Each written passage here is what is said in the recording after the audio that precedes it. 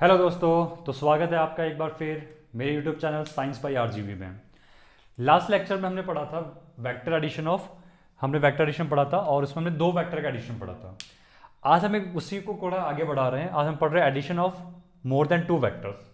दो वेक्टर का ऐड कैसे करते हैं हमने देख लिया था। अगर दो से ज़्यादा वैक्टर दे रखे हो, जैसे फॉर एग्जाम्पल तीन वैक्टर दे रखे हो या चार वैक्टर दे रखे हो, उनको ऐड करके हमें फाइनल मैग्नीट्यूड और डायरेक्शन निकालना हो तो कैसे करेंगे समझते हैं अपन।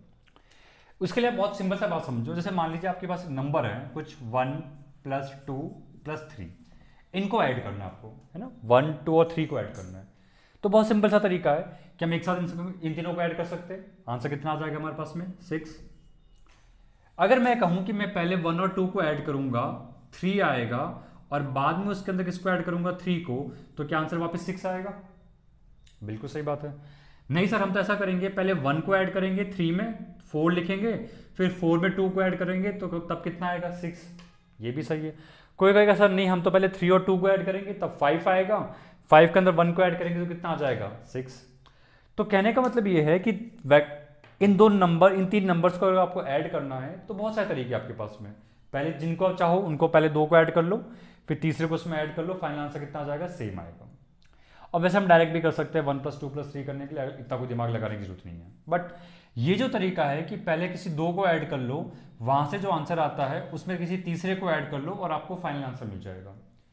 ये मेथड हमारे यहां पे भी काम आ जाएगा।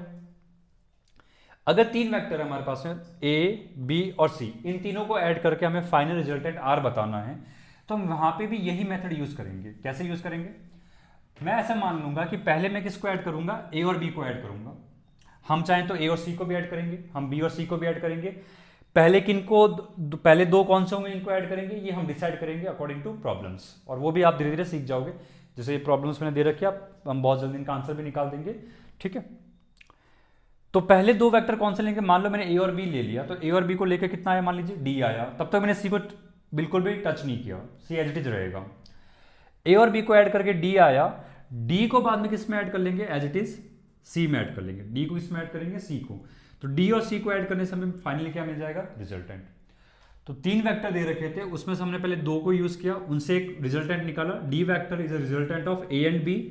उस रिजल्टेंट को हमने किस में ऐड किया, सी में ऐड किया, और हमें फाइनल आंसर मिल गया। जैसे एग्जाम्पल देखते हैं अपन कैसे। इस एग्जाम्पल को देखिए आप, तीन वेक्टर दे रखे आपके पास में, ए vector, B vector, C vector. ए और बी के बीच का एंगल 45 डिग्री है, बी और सी के बीच का एंगल भी कितना है, 45 डिग्री है। तीनों का मैग्नीट्यूड सेम है, A equal to B equal to C equal to कितना ले रखा है, मैंने 10 ले रखा है, ऐसे ही समझने के लिए। और हमें फाइंड आउट क्या करना है, हमें इसमें फाइंड आउट यही करना है, हमें फाइंड आउट करना है magnitude of A plus B plus C. इस एग्जाम्पल में भी ये फाइंड आउट करना है, उसके बाद वाले एग्जाम्पल में भी हम यही फाइंड आउट करेंगे। तो अब हमें तीन वेक्टर को ऐड करना है। अब हमें तीन वेक्टर को ऐड करना है, तो पहले कौन से दो वेक्टर को ऐड करें, क्या हम ए और बी को ऐड करें, क्या हम बी और सी को ऐड करें, क्या हम ए और सी को ऐड करें। तो चॉइस इज योर्स। लेकिन हम क्वेश्चन को फालतू बहुत ज्यादा कॉम्प्लेक्स क्यों करेंगे, अगर क्वेश्चन बहुत इजीली सॉल्व हो रहा है तो हम इजीली सॉल्व करेंगे। ए और बी को लेने में कोई प्रॉब्लम नहीं है, बट क्या होगा अगर आप ए और बी को लोगे तो ए और बी का मैग्नीट्यूड सेम है। आप जानते हो अगर दो वेक्टर का मैग्नीट्यूड सेम होता है तो उनका रिजल्टेंट बिल्कुल बीच में से निकल के जाता है। तो फिर 45 का हाफ आएगा, 45 का हाफ 22.5 डिग्री आएगा, जो हल्का सा हमें कहीं ना कहीं उसकी वैल्यू निकालने में थोड़ी सी कॉम्प्लेक्सिटी फील होगी।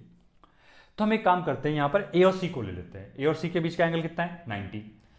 अगर मैं ए और सी को ऐड करूं, है ना, मैं इसमें किसको ऐड करूंगा, पहले ए वेक्टर प्लस सी वेक्टर को ऐड करके मान लीजिए मैं डी वेक्टर निकाल रहा हूं। तो ए और सी को ऐड करना तो बहुत आसान है। ए और सी के बीच का एंगल कितना है, 90। लास्ट क्लास में आपको बताया था, दो वेक्टर अगर एक दूसरे, दोनों का मैग्नीट्यूड अगर सेम होता है, दोनों के बीच में एंगल अगर 90 डिग्री होता है तो उनका रिजल्टेंट कितना आता है, तो इनका रिजल्टेंट आ जाता है a√2। बताया था आपको मैंने। तो इसका मतलब ये हुआ कि डी वेक्टर जो आएगा उसका मैग्नीट्यूड कितना आएगा, tan√2। ये बात हम जानते हैं ऑलरेडी। अगर डी वेक्टर का मैग्नीट्यूड tan√2 आएगा, और देखिए ए और सी का मैग्नीट्यूड कैसा है, सेम, तो जो भी इनका रिजल्टेंट आएगा वो बिल्कुल इनके बीच में से जाएगा, एंगल बाइसेक्ट करके जाएगा। ए और सी का मैग्नीट्यूड सेम है, ए और सी के बीच का एंगल कितना है, 90 डिग्री है। तो ए और सी के बीच का जो मैग्नीट्यूड आएगा वो ए और सी का कैसा बन जाएगा, एंगल बाइसेक्टर बन जाएगा। एंगल बाइसेक्टर का मतलब ये होगा कि हमारे जो डी वेक्टर होगा वो भी इसी लाइन पर आएगा। हमारा डी वेक्टर जो होगा वो भी क्या होगा, एग्जैक्टली इसी लाइन पर आएगा जिस लाइन पर हमारे पास ऑलरेडी कौन अवेलेबल है, बी। तो हुआ ये कि इस पिक्चर में से ए और सी को उड़ाकर आप वहां पे डी बना लीजिए। ये एक लाइन ले लीजिए, ये रहा आपका डी वेक्टर जैसा वहां पे बना रखा है मैंने। और बी वेक्टर कहाँ है, बी वेक्टर भी इसी लाइन पर है। कितने लाइन पर है, यहां से ये एंगल कितना रख रहा है अपन, 45 डिग्री। अब हमें किसको ऐड करना है, हमको ऐड करना है डी प्लस बी को। किसको ऐड करना है, डी और बी को ऐड करना है। डी और बी तो दोनों सेम डायरेक्शन में आ रहे हैं। दो वेक्टर अगर एग्जैक्टली सेम डायरेक्शन में आ जाते हैं उनको कैसे ऐड करते हैं, उनका तो सिंपल एडिशन हो जाता है, ए प्लस बी करके ऐसे होता है जैसे। तो डी और बी दोनों अगर सेम डायरेक्शन में है तो इनका मैग्नीट्यूड कितना आ जाएगा, इनका मैग्नीट्यूड आ जाएगा सिंपल सम ऑफ मैग्नीट्यूड। तो डी का मैग्नीट्यूड कितना आया था 10√2 और बी का मैग्नीट्यूड कितना आया 10। सो हमारा फाइनल आंसर आर वेक्टर जो आ जाएगा resultant of A plus B वो आ जाएगा आपके पास में 10√2 + 1 स्क्वायर रूट ऑफ 2 + 1। ठीक है, आर वेक्टर कौन था अपने पास में, फाइनली आर वेक्टर का मतलब था हमारे पास में ए प्लस बी प्लस सी का। तो ए प्लस बी प्लस सी का जो मैग्नीट्यूड है फाइनली वो कितना आ गया 10√2 + 1 आंसर आ गया। कैसे, वापस समझ लीजिए हल्का सा, 10 और 10 कितना हुआ 10√2। 10√2 उसी डायरेक्शन में आएगा जहां पे कौन अवेलेबल था बी, तो दोनों सिंपल से क्या हो जाएंगे, ऐड हो जाएंगे। ठीक है, एक और एग्जांपल देखिए। अगर आपके पास में ए और बी के बीच का एंगल इस तरह से दे रखा हो, है ना, इसको मैं रफ कर लेता हूं, आप लोगों ने नोट कर लिया होगा। अब हम दूसरा एग्जांपल देख रहे हैं, इसके नीचे जैसे ले रखा अपन ने ए vector, C vector, B vector. ए और सी के बीच का एंगल कितना है 30 डिग्री, सी और बी के बीच का एंगल भी कितना है 30 डिग्री, और तीनों का मैग्नीट्यूड कैसा है, सेम। अब हमको ऐड करना है A vector plus B vector plus C vector को। हमें वापस क्या निकालना है, हमें वापस वही निकालना है A vector plus B vector plus C vector का मैग्नीट्यूड।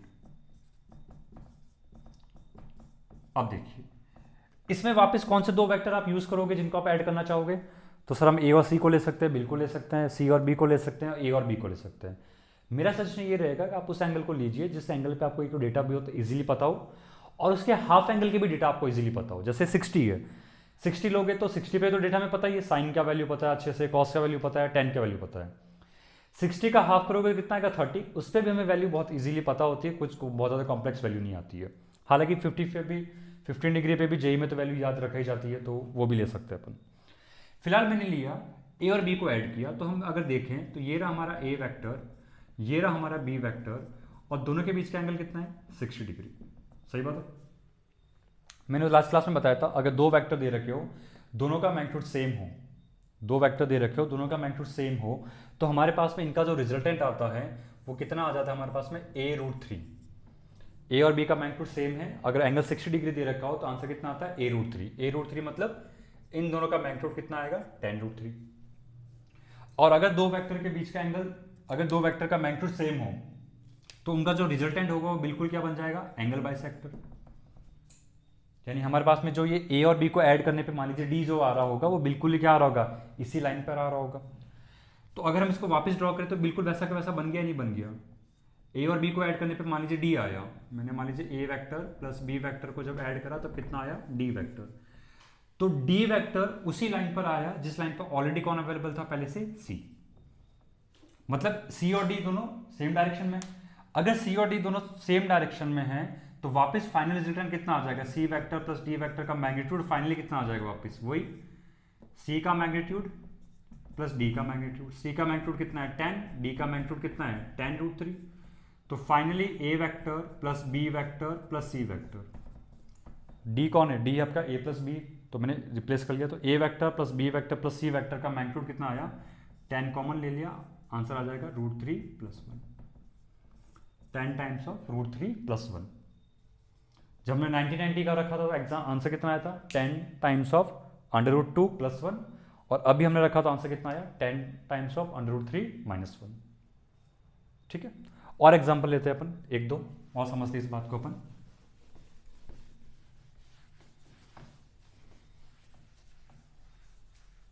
अगर ऐसा दे रखा हो, मान लीजिए ये हमारा ए वेक्टर है, ये हमारा बी वेक्टर है, ठीक है, और ये हमारा सी वेक्टर है, ऐसा मान लीजिए। ठीक है, और वापस वही एग्जांपल, ए का मैग्नीट्यूड, बी का मैग्नीट्यूड, सी का मैग्नीट्यूड इक्वल टू 10 यूनिट। ये एंगल कितना है 90, ये एंगल भी कितना है 90। और वही क्वेश्चन वापस पूछा गया, बताओ a प्लस बी प्लस सी का मैग्नीट्यूड कितना होगा। a और b के बीच का एंगल कितना है 90, b और c के बीच का एंगल कितना है 90। तो इसको सॉल्व करना तो बहुत ज़्यादा आसान हो गया, है ना। अगर दो वेक्टर के बीच का एंगल 180 होता है तो उनका रिजल्टेंट कैसे निकालते हैं, a माइनस बी करके, सिंपल उनका दोनों को माइनस कर दीजिए। a b c किसको यूज करेंगे, पहले हम a और c को ऐड करेंगे। a और c को अगर ऐड करने जाएं तो इसमें तो कोई बहुत बड़ी बात नहीं है, ये हमारा a वेक्टर है और ये हमारा एग्जैक्टली अपोजिट कौन है, c वेक्टर है। दोनों के बीच का एंगल कितना है 180, मतलब एग्जैक्टली अपोजिट है। तो a vector plus c vector का मैग्नीट्यूड किसके बराबर आ जाएगा, सिंपल a माइनस सी, और a माइनस सी कितना आ जाएगा हमारे पास में 0, क्योंकि दोनों का मैग्नीट्यूड सेम है। दो वेक्टर का मैग्नीट्यूड अगर सेम हो और वो आपस में अपोजिट हो तो उनका रिजल्टेंट कितना आता है 0, ठीक है। तो खत्म हो गया, a और c को ऐड करने पे तो कुछ बचा ही नहीं, है ना। तो अब यानी कि a प्लस बी प्लस सी में a प्लस सी तो कितना आ रहा है 0, तो बचेगा कितना b का आंसर कितना हो गया 10, है ना। ये आपस में क्या हो गया, कैंसिल आउट हो गए तो हो गया, हम क्या करें, ठीक है। चलिए सी तो बहुत सिंपल है, नोट कर लीजिए आप इसको। एक और एग्जांपल देखते हैं अपन।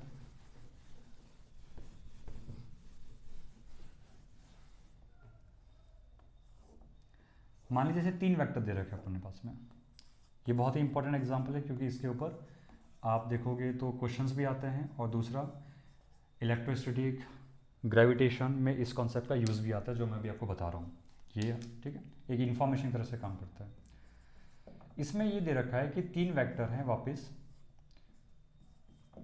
है ना, और तीनों का मैग्नीट्यूड आपस में कैसा है same, a equal to B equal to C equal to कितना है 10, ठीक है। और सबका बीच का एंगल भी सेम है, इस a और b के बीच का एंगल 120, फिर ये भी एंगल 120, ये भी एंगल 120 है। और क्वेश्चन ये है कि हमसे बताओ वापस a प्लस बी प्लस सी को करने पर मैग्नीट्यूड कितना आएगा, क्योंकि हम पढ़ रहे हैं ना 3 वेक्टर का सम। चलो करते हैं। यहाँ पे तो आपकी चॉइस है किस 2 वेक्टर को उठाना, जो आप चाहो उनको उठा लो, कोई प्रॉब्लम नहीं है। जैसे a और b को उठा लिया मैंने, a और b का मैग्नीट्यूड सेम है, उनके बीच का एंगल कितना है 120। तो आप हमेशा याद रखना अगर 2 वेक्टर का मैग्नीट्यूड सेम होता है, उनके बीच का एंगल 120 डिग्री हो, 2 वेक्टर का मैग्नीट्यूड सेम हो और उनके बीच का एंगल कितना हो 120 120 डिग्री हो, तो उनका रिजल्टेंट भी उतना ही आता है। जैसे अगर a equal to B equal to 10 दे रखा है तो मैं अगर a vector plus b vector का मैग्नीट्यूड निकालूंगा वो भी 10 आएगा, कब, जब इन दोनों के बीच का एंगल कितना होगा 120 डिग्री, ठीक है। ये बहुत काम की इन्फॉर्मेशन आप ध्यान रखिए। a और b का मैग्नीट्यूड अगर 10 दे रखा है तो a vector plus b vector का मैग्नीट्यूड भी कितना आएगा 10, जब एंगल कितना होगा 120 डिग्री होगा, ठीक बात। तो a और b का मैग्नीट्यूड कैसा आएगा, a और b का मैग्नीट्यूड बिल्कुल ऐसा आएगा। लेट्स इसका नाम क्या रख लिया मैंने d वेक्टर, है ना। a प्लस बी की जगह क्या रख लिया हमने, मान लीजिए d वेक्टर रख लिया, उसके बाद उसमें क्या ऐड कर देंगे c वेक्टर। अब नॉर्मल सी बात है, अगर 2 वेक्टर का मैग्नीट्यूड सेम होता है तो रिजल्टेंट बिल्कुल बीच में से जाता है। तो a और b का मैग्नीट्यूड सेम है, दोनों के बीच का एंगल कितना है 120, तो ये जो d वेक्टर होगा ये दोनों के बीच के एंगल को बिल्कुल ऐसे ऐसे चीरते हुए निकलेगा, एंगल बाइसेक्ट करते हुए निकलेगा। तो अगर ये ऐसे बिल्कुल क्रॉस करके निकलेगा तो ये एंगल भी 60 डिग्री आएगा, तो ये एंगल भी कितना आएगा 60 डिग्री। अब आप जरा देखिए आराम से इस बात को कि d का b के साथ एंगल कितना है 60 डिग्री, ये आ गया, और b का c के साथ एंगल कितना है 120 डिग्री। तो अगर मैं आपसे पूछूं कि बताओ ये ओवरऑल एंगल कितना हुआ, तो 120 तो ये वाला था, 60 ये वाला था, तो ये कितना आ जाएगा टोटल मिलाकर 180। इस पिक्चर में हम d और c को वापस ड्रॉ करते हैं। किसको ड्रॉ करते हैं, d और c को वापस ड्रॉ करते हैं। तो देखिए d वेक्टर का है एग्जैक्टली अपवर्ड विद मैग्नीट्यूड कितना 10, और c वेक्टर का है एग्जैक्टली डाउनवर्ड उसके विद मैग्नीट्यूड 10, और d और c के बीच का एंगल कितना है एग्जैक्टली 180 डिग्री। तो 2 वेक्टर एक दूसरे के जस्ट अपोजिट हैं और दोनों का मैग्नीट्यूड सेम है, तो उनका रिजल्टेंट कितना आएगा, d vector plus c vector का रिजल्टेंट आएगा अगेन d माइनस सी, मतलब 10 माइनस 10 आज में कितना आ जाएगा 0। और d किसके बराबर था, a प्लस बी के बराबर था। इसका मतलब ये हुआ कि a vector plus b vector plus c vector का फाइनल रिजल्टेंट कितना आ रहा है 0, समझे। तो 3 वेक्टर दे रखे थे, तीनों वेक्टर का मैग्नीट्यूड सेम था, 10 10 10 था, तीनों के बीच का एंगल कितना था 120 डिग्री था, तो फाइनल रिजल्ट कितना है अपने पास में 0 आया, ठीक है। आप इसको अच्छे से एक बार नोट कर लीजिए, जल्दी से स्क्रीनशॉट ले लीजिए इसका।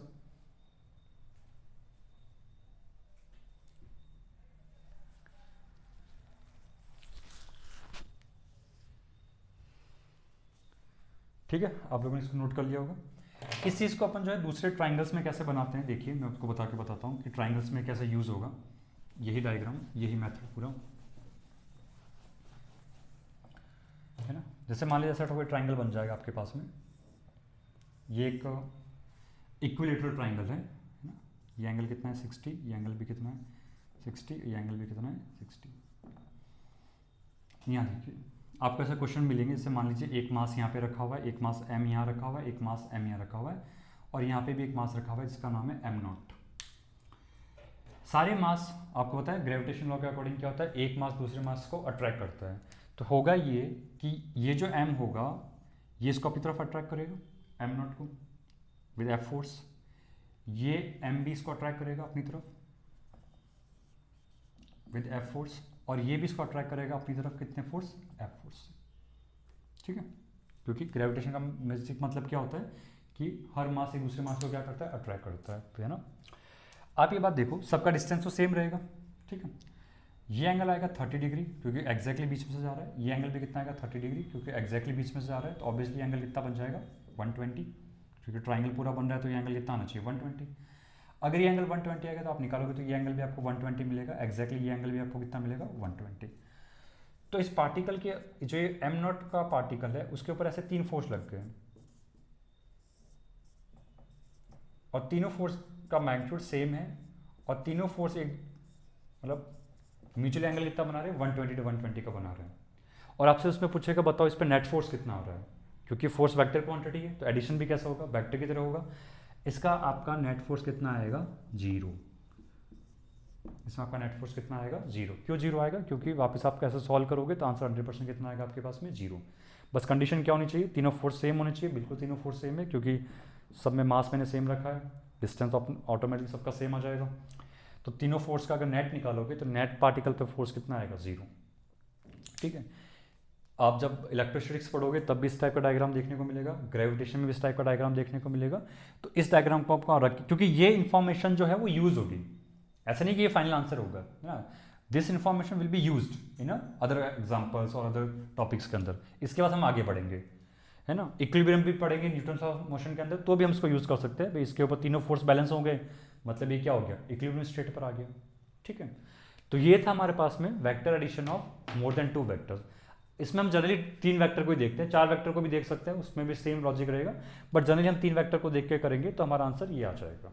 ओके, चलिए तो आप लोग इसे कंटिन्यू करिए, वेक्टर के क्वेश्चन सॉल्व करिए एडिशंस के। आप नेक्स्ट टॉपिक में हम पढ़ेंगे वेक्टर सब्ट्रैक्शन करके। Okay, thank you so much.